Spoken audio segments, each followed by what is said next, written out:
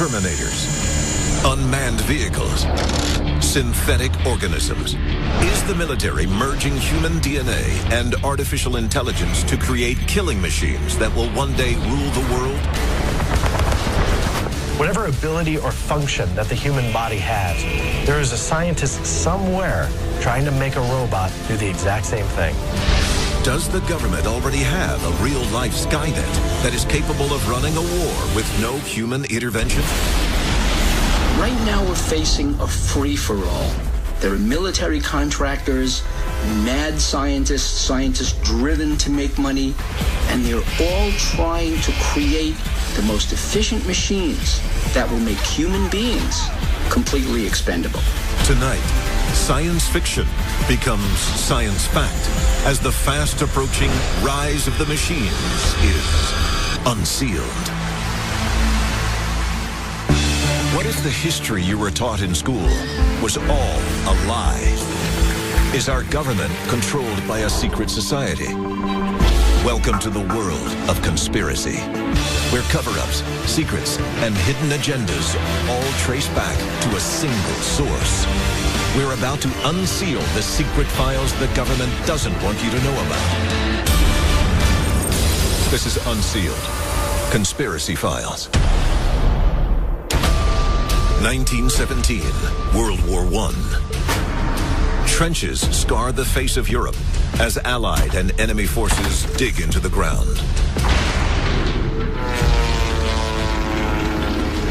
In an attempt to gain the upper hand, the United States Army secretly rushes to manufacture an unpiloted airplane known as the Kettering Bug. It is the first military drone to ever hit the skies, carrying 180 pounds of explosives with a target range of 75 miles. Aviation was in its infancy, yet we're already trying to figure out how to use this technology as a weapon. In the 1930s, Russia develops the Teletank, a mechanized monster with a built-in flamethrower and machine gun. In the 1940s, the Nazis roll out the Goliath tracked mine, a deadly miniature remote-controlled tank, the first baby steps of the rise of the machines.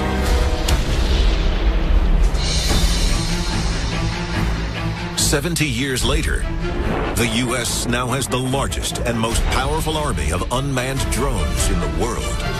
Technology has completely changed war as we've fought it for the last couple thousand years. Now we can fight those battles and take another man's life without ever putting ourselves into harm's way. And much of the technological progress can be linked to one organization, the Defense Advanced Research Projects Agency. DARPA was created in 1958 by President Dwight D. Eisenhower after the launch of Sputnik by the Soviet Union in 1957.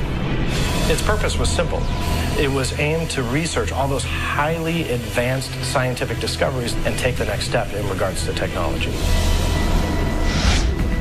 DARPA has been critical in the development of NASA, the internet, and the stealth bomber.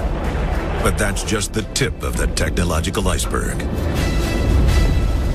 DARPA is a very open agency because they do talk a lot about what they are researching, what they're investigating, and some of the scientific advances that they have taken. But if they'll tell us that much, you have to ask yourself, what aren't they telling you? One product of DARPA research is the Nano Hummingbird. The 1-ounce flyer can move backwards, forwards, and hover in one place.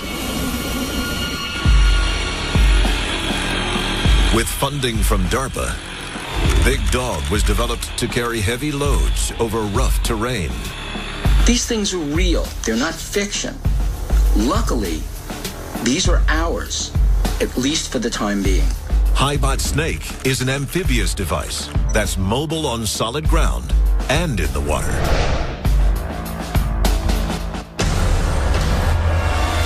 As science makes these advances, they start creating robots that do very small things. One can carry heavy loads, another jumps very high. When you start putting all of that technology together, all of a sudden you have a super soldier, you have an ultimate machine. And then there are the drones. 1 in 3 military aircraft operates without a human pilot. And their numbers increase every day. In the beginning, there was a man in the middle of Nevada or DC or even just outside the battlefield that was controlling this piece of machinery. But now, as technology advances, these machines can actually fly themselves.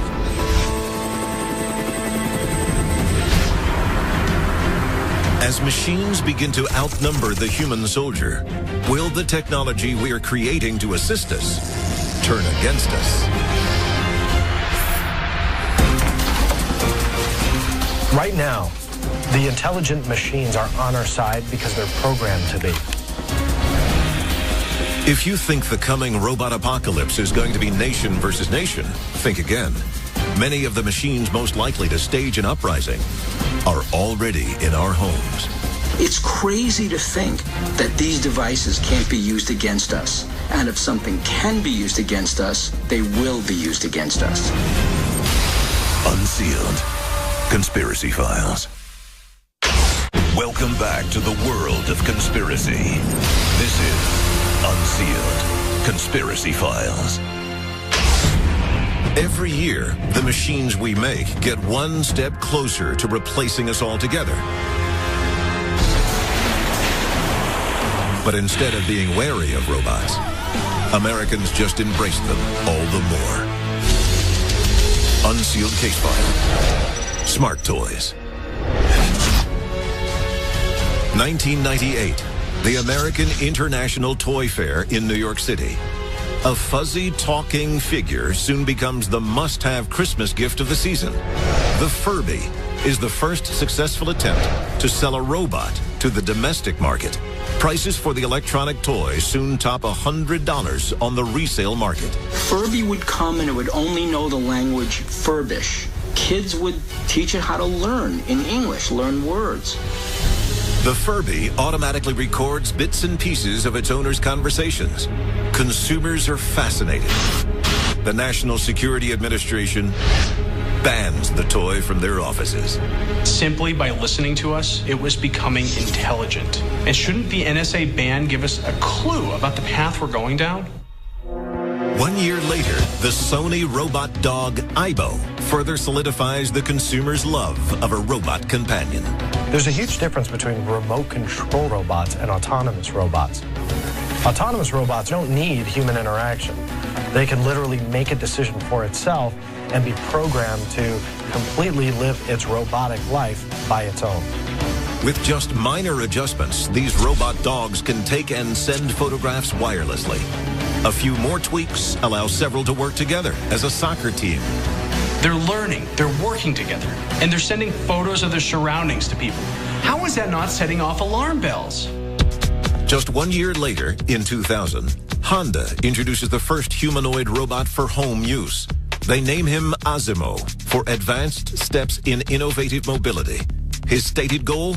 To assist humans with physical limitations.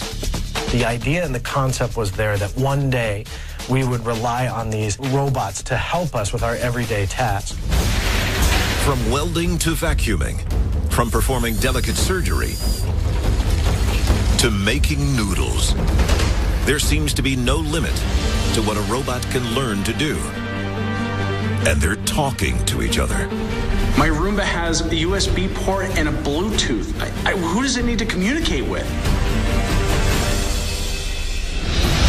We openly share our personal info via social networks. We willingly allow our every move to be tracked by GPS. Imagine an artificial intelligence software utilizing all that data. It can literally map your entire life. 1 billion Facebook users on 1 billion smartphones. Each cell phone and profile containing hundreds of bits of information about you and all your contacts. If you look at our technological infrastructure, our banking information, our power grids, our telephones, they're all connected in some way. That's a digital Armageddon waiting to happen. Intelligent robots and computers have been gathering data on mankind for years. Now we're serving it up to them on a silver platter. First, we like the interconnectedness. We think it's great. But pretty soon we become dependent on these devices. Pretty soon we can't live without these devices. And that's the whole point. Scientists program the most dangerous robots not to harm their creators. But computers, just like the people they may someday replace, are subject to illness. The common cold has mutated itself over the years to make sure that not every pill or antibiotic that we're given will combat it. Well, same is true in the digital world. Unsealed case file. The Stuxnet virus. 2010. Somewhere in an unknown location, computer hackers and engineers get together to perfect the most effective cyber weapon yet known to man. The Stuxnet virus was a virus that appeared in 2010. It infected millions of users worldwide. Most of the damage done by this virus was done to computers inside the Iranian nuclear research facilities aimed to enrich uranium. And it's believed that years were taken away from the Iranian scientists in regards to their research due to this virus. The Stuxnet virus showed the world that a virus, a computer code, could turn the machines against the very people who were using the machines. If you think that can't happen to us, you're making a grave mistake. Every day, the human race gives up a little more humanity for the sake of convenience. Direct deposit for your paychecks. Automated customer service lines. Smartphones that do what a personal assistant used to do. It seems as though people no longer need people at all. Coming up, how will machines ultimately rule mankind? By eventually merging with them. You look at the stuff they're doing today, and it's like science and science fiction are indistinguishable. Unsealed Conspiracy Files. Welcome back to the world of conspiracy. This is Unsealed Conspiracy Files. Since the Industrial Revolution, mankind has invented machines to do nearly anything a man can do. But now, engineers and scientists are taking things a step further. Unsealed case file. Man-machine hybrids. Remember the $6 million man? It's not fiction anymore. Battery-powered exoskeletons become one with the wearer, allowing a human soldier to double or triple his strength and endurance. Exoskeleton battle gear is a fantastic help to our combat troops. But what happens when you don't need the human being inside the exoskeleton anymore? If you look at what we're capable of today, it's like science and science fiction are indistinguishable. And scientists have more fully integrated man-machine crossovers already in place. Eyes, hands, arms, even synthetic human flesh. If a person has it, somewhere an engineer is figuring out how to give it to a robot. Biodesign, a new project at DARPA, is making the impossible possible. It intends to create synthetic organisms that will be programmed to live indefinitely. Not only have we created a robot, we're giving it the gift of immortality. If you start to program it to be self-replicating, it goes out, puts another copy of itself together, programs it, sends it off into the universe. That 1 becomes 2, the 2 becomes 4, 4 becomes 8, so on and so forth. In a very short amount of time, these probes could, in theory, start to take over the world. Of course, robots only do what they're programmed to do. But what happens when they're programmed to fool us? Unsealed case file. The Turing test. 1950. Alan Turing, one of the fathers of modern computing, poses a simple question. Can machines think? The field of artificial intelligence is born. The Turing test was created to determine whether or not an artificial intelligence software could act human-like. The test would involve 3 different subjects: the judge, a computer, and an actual human. The judge would communicate and send messages to the computer via text and messages to the human and receive a response. Based on the response, if the judge couldn't figure out which one was human, it would pass the Turing test. And computers just keep getting better. I don't think it's very hard for a machine to actually convince the human that it's human. Since the advent of social networking, a whole new artificial entity has emerged: the social bot. There are computer programs and scripts out there that traverse the net and think for themselves, can hack into websites, can actually communicate and send messages with you. If you're on Facebook or some type of social network platform, all of a sudden you get a message from somebody. Sometimes there's not a human on the other end. How soon before the robots that can fool us become the robots that can rule us? It's more likely than you think. What might happen if software programmers are able to provide that power, that ability for computer-driven robots to think, to make decisions on their own without input from their human creators? The rise of thinking, synthetic, immortal organisms could spell the end of the human race. So what happens when the robots rise up and take technology away from mankind? Everything shuts down. Your cell phone doesn't work, your GPS doesn't work, your car doesn't even work because it's computer driven. Nothing in your life that works by computer operates, and that could only be the beginning of the end. A massive meltdown creates worldwide panic. Satellites go offline. Power grids fail. Water supplies disappear. The Earth goes dark. Your phone, your computer, your car, they're all part of the Matrix. The drones that think for themselves, the weapons that basically define their own targets. What happens when they turn on us? Thankfully, the time when machines take over for mankind still lies in the future. But you'll never believe what they're already doing today. When we return, the mind-blowing truth about robots with a license to kill.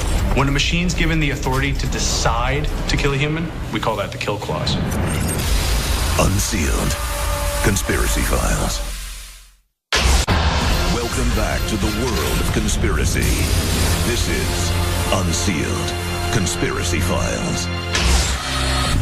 The time to act is now. There are 3 simple steps you can take to unseal the truth. Follow on Twitter. Follow the Unsealed Twitter feed to receive breaking news of the latest conspiracies as they develop. Tell your story. What did you see that you shouldn't have? The government's known about it all along. Why has nobody told us? Upload stories and pictures to our interactive map. Join the movement. Get the Unsealed bracelet and the unique code hidden underneath to access exclusive content. Stop living in the dark. It is definitely coming this way. Get involved in the fight to unseal the truth.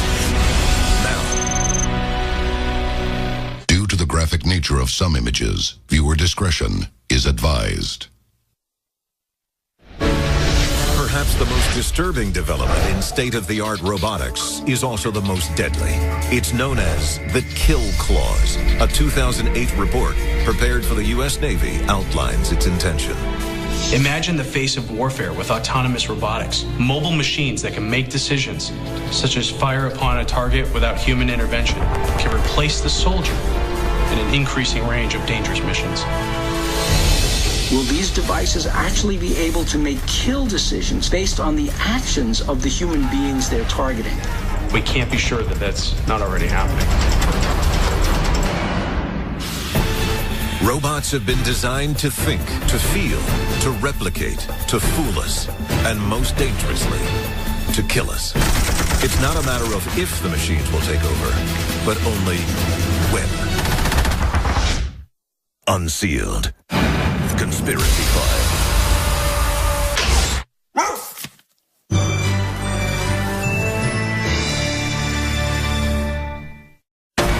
Is America secretly experimenting on humans?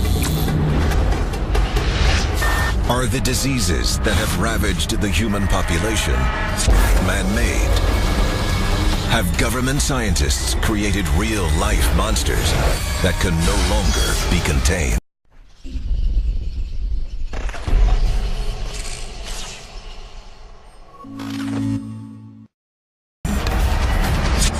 People described it as a cross between a dog and a raccoon and even a sea turtle.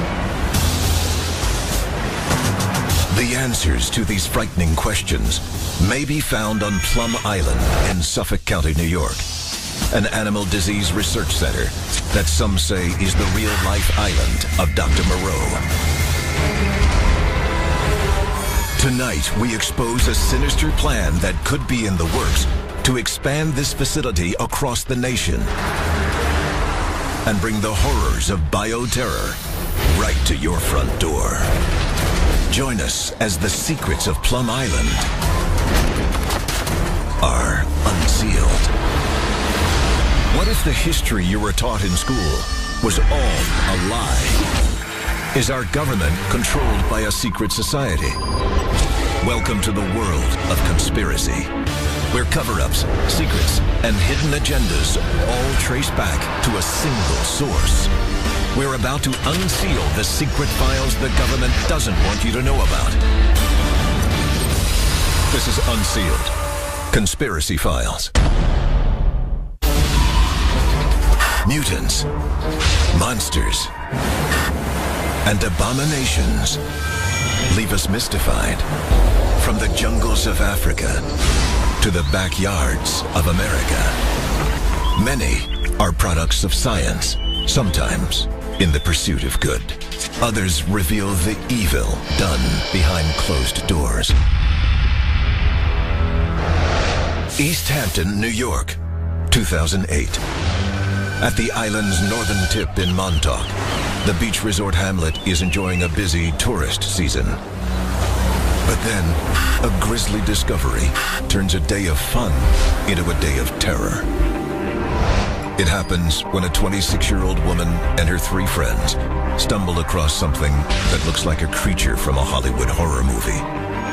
Unlike any known living being, it defies all laws of nature. And to this day, it has never been identified. The Montauk Monster, is it myth? Was it real? People described it as a cross between a dog and a raccoon and even a sea turtle. It seemed like every part of nature played some type of part in the creation of whatever this was. In the weeks that follow, news media and cryptozoologists examining the photographs report theories from the simple Some say it was simply a bloated raccoon, to the otherworldly. but others claim that it was an extraterrestrial. What's underneath that skull thing? Is that the brain? Could be an alien. But to the residents of this Long Island town, the answer hits much closer to home. Just off the coast of New York, and a stone's throw from Montauk, lies Plum Island, a top-secret animal disease research center, haunted by rumors of genetic and biological experimentation. The accusation is, of course, denied. But in 2009, several events started to occur that show that there is much more going on Plum Island than we know about. Another hybrid creature washes up on the beaches of Connecticut, followed by another in 2011. And within the span of a year, 2 more on Long Island.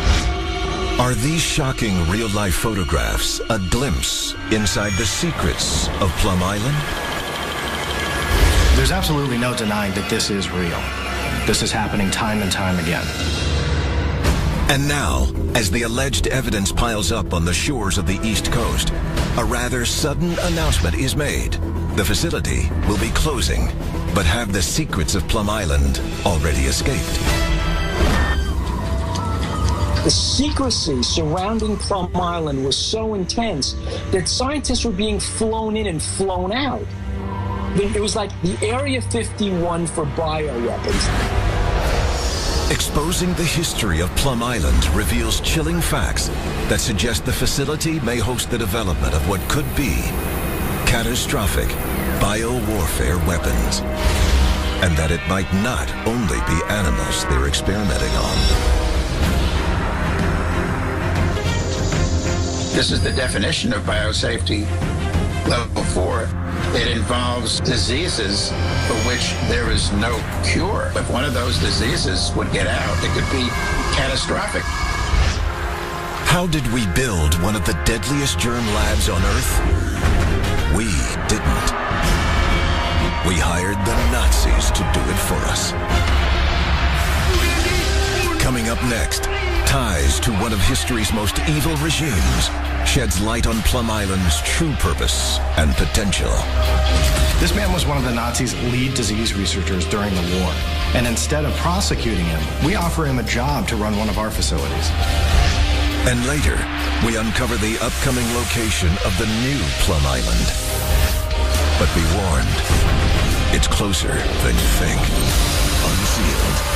Conspiracy Files. Welcome back to the world of conspiracy. This is Unsealed. Conspiracy Files. 90 miles from the 8.5 million people of New York City lies Plum Island, an animal research center which may house some of America's darkest secrets.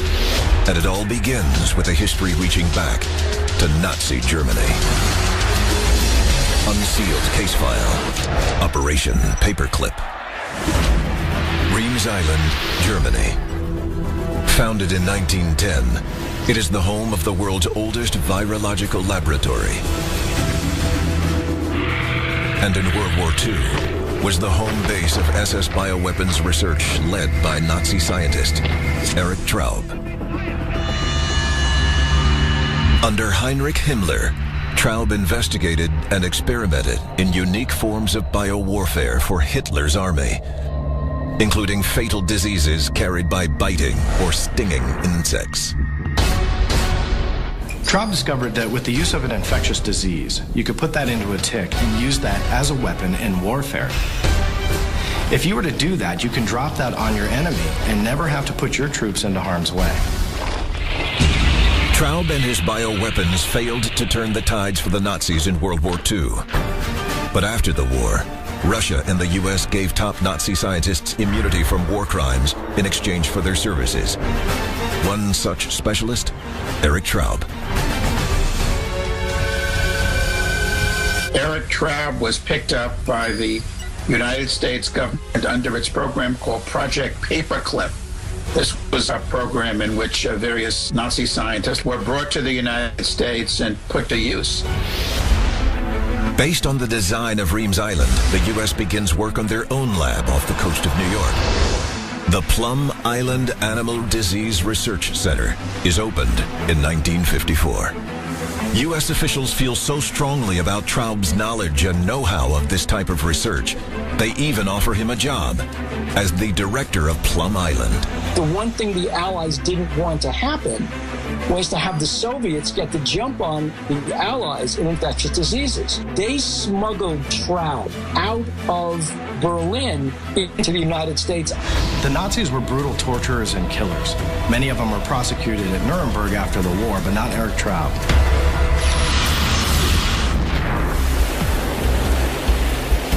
(1975). The small, quiet town of Old Lyme, Connecticut is home to 7,500 residents just east of the Connecticut River and is ground zero for a frightening new affliction. An outbreak of fever, fainting, psychosis, delusional behavior, and paralysis. The infection is the first of its kind, and it's named after the town. Lyme disease is a very devastating nerve disease. But most unsettling is how the disease spreads, through ticks. And just 25 miles downwind from Old Lyme, Connecticut, across Long Island Sound, is Plum Island. This is Erich Traub's calling card. Documents from the National Institute of Health show that Plum Island has experimented extensively with tick-borne diseases. Was this a case of Traub's infected ticks escaping the labs? Or even worse, was the spread of this disease intentional?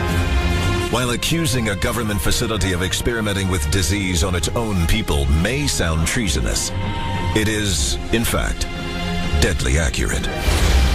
In 1962, during the administration of John F. Kennedy, he initiated a project known as SHAD. Project SHAD is an example of what the American military did to its own personnel in testing bioweapons. It was one of many, many experiments done on our own troops. To this very day, we never really know who died as a result of Project SHAD and who didn't. American sailors stationed on Navy vessels are exposed to toxic nerve gas on 46 separate occasions. They got sick, they died, nobody knew about it, and to this day, the records of Project SHAD are pretty much concealed. History shows that the U.S. military and government has tested these agents on humans without their knowledge.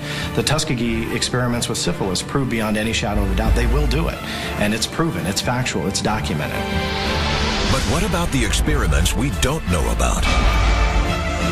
The ones that could be happening to any of us right now. Coming up next, biolab experiments on human beings might seem unthinkable until a body washes ashore.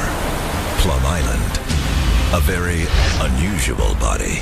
It was found by security guards there at the facility, and it was said to not fully be human. And just because you don't live on the East Coast doesn't mean you're safe from an outbreak that's eating people alive. Unsealed Conspiracy Files.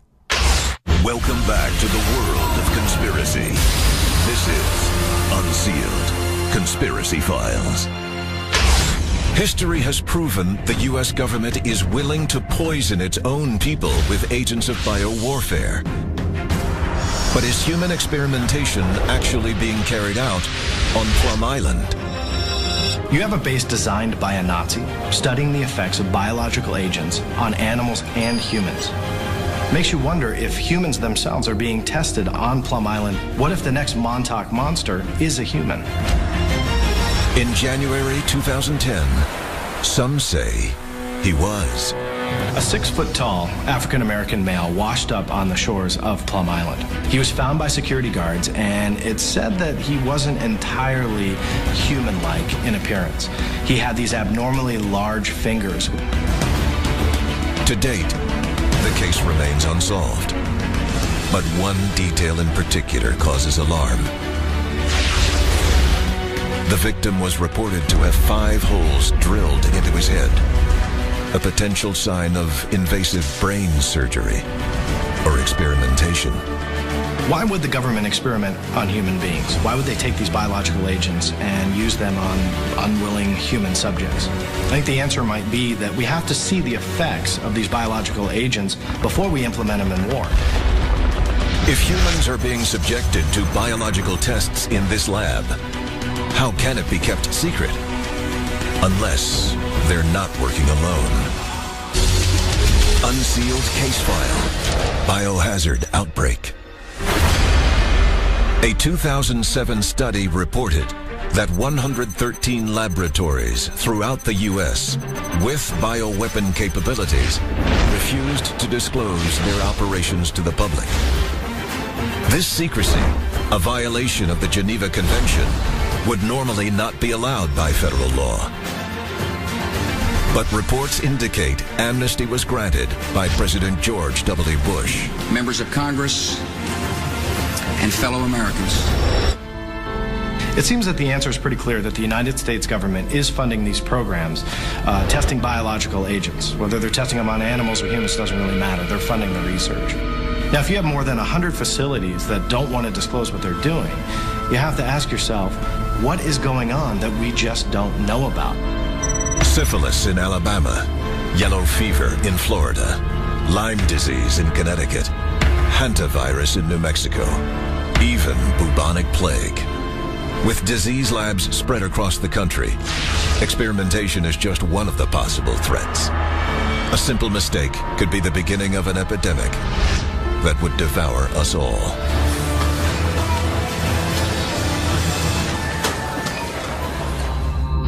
May 2012. 24-year-old Amy Copeland is hospitalized after injuring herself while ziplining over a river outside Atlanta, Georgia. What seems like a routine surgery quickly reveals a bacteria not only infecting her body, but killing it as it spreads quickly through her flesh. Once this infection has taken hold, it's moving so progressively that the antibiotics cannot get ahead of the infection. The flesh-eating virus is, as its name implies, extraordinarily deadly because it eats a human being from the inside out. Then, within the same year, this relatively unheard of affliction suddenly appears again and again in the Atlanta area, followed by 2 more in South Carolina. And when we look at these 5 known cases of the outbreak on a map, a startling revelation is made. When you've got a certain region that now starts to have not 1, not 2, but you start getting into 4 or 5 and maybe even an outbreak of cases, then add in the fact that there's a CDC facility not too far away, you have to ask, is there a connection? The CDC is in charge of infectious disease prevention and awareness in America, perhaps the most advanced institute of its kind. But shortly after the outbreak of flesh-eating bacteria, the government announces a congressional investigation of reported air leaks and safety lapses that occurred in February of 2012, just 3 months before Amy Copeland's accident. The CDC liked to conduct tours. There was a reverse of an airflow. And so the CDC admitted that a virus that was being tested might have escaped into a corridor where a tour was taking place. Was this bacteria created as a weapon and released by accident? If not, then why has the recent government decision to move Plum Island resulted in a new location further from the population centers of the East Coast, but a location closer to the rest of us? Coming up next, what government plan for Plum Island could create the biggest biological threat in American history? And how could it bring disease right into your very home? Join us when we return. Unsealed Conspiracy Files. Welcome back to the world of conspiracy. This is Unsealed Conspiracy Files. The time to act is now. There are 3 simple steps you can take to unseal the truth. Follow on Twitter. Follow the Unsealed Twitter feed to receive breaking news of the latest conspiracies as they develop. Tell your story. What did you see that you shouldn't have? The government's known about it all along. Why has nobody told us? Upload stories and pictures to our interactive map. Join the movement. Get the Unsealed bracelet and the unique code hidden underneath to access exclusive content. Stop living in the dark. It is definitely coming this way. Get involved in the fight to unseal the truth. Now. Following the discovery of monsters and mysterious bodies comes the announcement that Plum Island intends to relocate its facility. The new location, Manhattan, Kansas, right in the heart of cattle country. According to the government, the lab is moving for financial reasons. But relocating such a facility in the breadbasket of America could have catastrophic consequences. So what if one of these pathogens got into our meat supply? You're in the middle of Tornado Alley. What if nature decides to rip a tornado through that building? Could an outbreak spread through the nation, resulting in a catastrophic death toll? If the stories of Plum Island are true, we may find out, with each of us, an unwilling participant in the experiment. Unsealed Conspiracy Files.